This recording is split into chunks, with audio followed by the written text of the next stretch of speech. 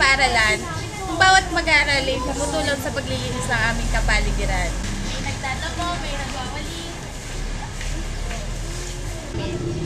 Tinaniman namin ng mga halaman gaya ng pechay para maging kapaki-pakinabang.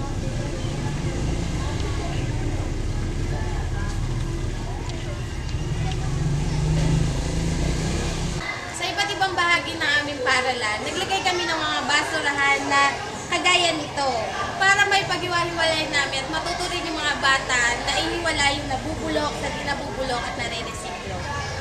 Ito naman yung pathways namin. So, bawat pathways namin dito sa school ay pinapanatili namin malinis.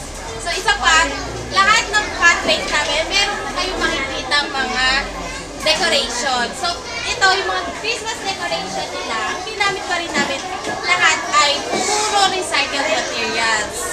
Yan, Ray. Yan, Ray.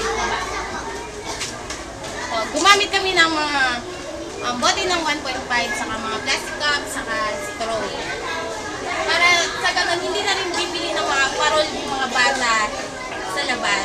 So, gagawin na lang nila kaya ng mga nanay nila.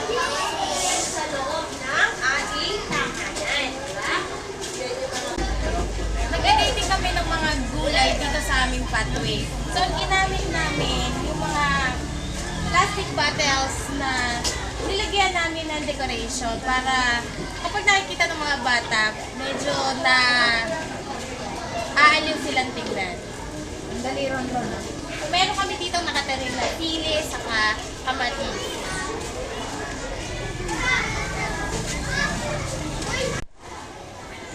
Dito sa aming garden, iba't ibang gulay yung makikita ninyo. Meron kaming nakatanim na sili, meron din kaming talong, meron din kaming nakatanim na mga kamatis, meron din kaming mga ampalaya, saka patola, meron din kaming papaya. So yung mga lahat ng gulay na yan, hindi namin yan ginagamitan ng mga chemical na fertilizer. Lahat, ang ginagamit lang namin ay mga organic na pataba.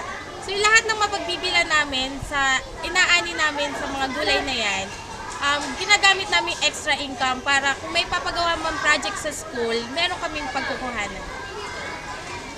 Marami pa dito. Ito ang aming compost heap. Dito namin tinatapon yung mga basurang nabubulok gaya ng damo saka tuyong dahon. So itong mga basura na ito, ginagamit namin na pataba sa aming garden. Ito ang aming MRF, ang materials recovery facility. Dito namin ilalagay yung mga bagay na maaaring pakinabangan na aming nire-recycle at yung iba ay aming pinagbigay.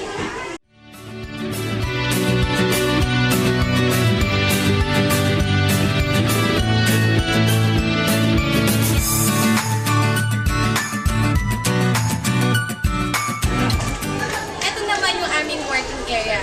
So lahat ng mga bagay na mapapakinabangan doon sa MRF, dito namin dinadala. Tara, pasok po tayo. So dito po sa aming working area, dito nagtutulong-tulong yung mga parents, PTA, saka yung mga teachers sa paggawa ng mga iba't ibang proyekto katulad nito. So gawa siya sa straw.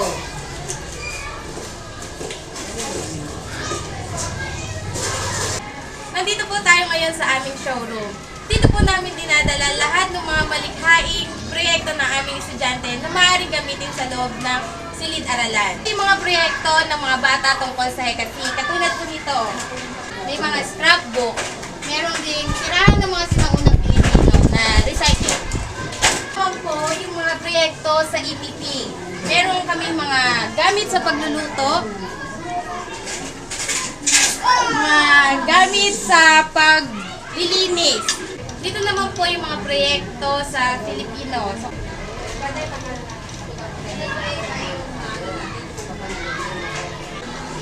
Dito naman po sa food na to, siguradong maraming matututunan ng mga bata tungkol sa science. Katulad po nito. Ito po ay gawa sa 1.5. Ito po ay light in a bottle. So ito po ay kapakipakinabang, hindi lang sa mag-aral, pati rin sa bahay. Pwede rin siyang gamitin.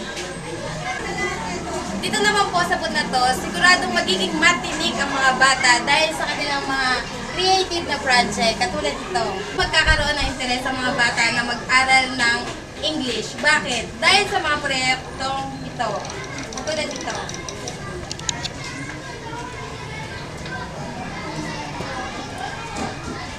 So, big book na ginamitan ng mga recycled materials.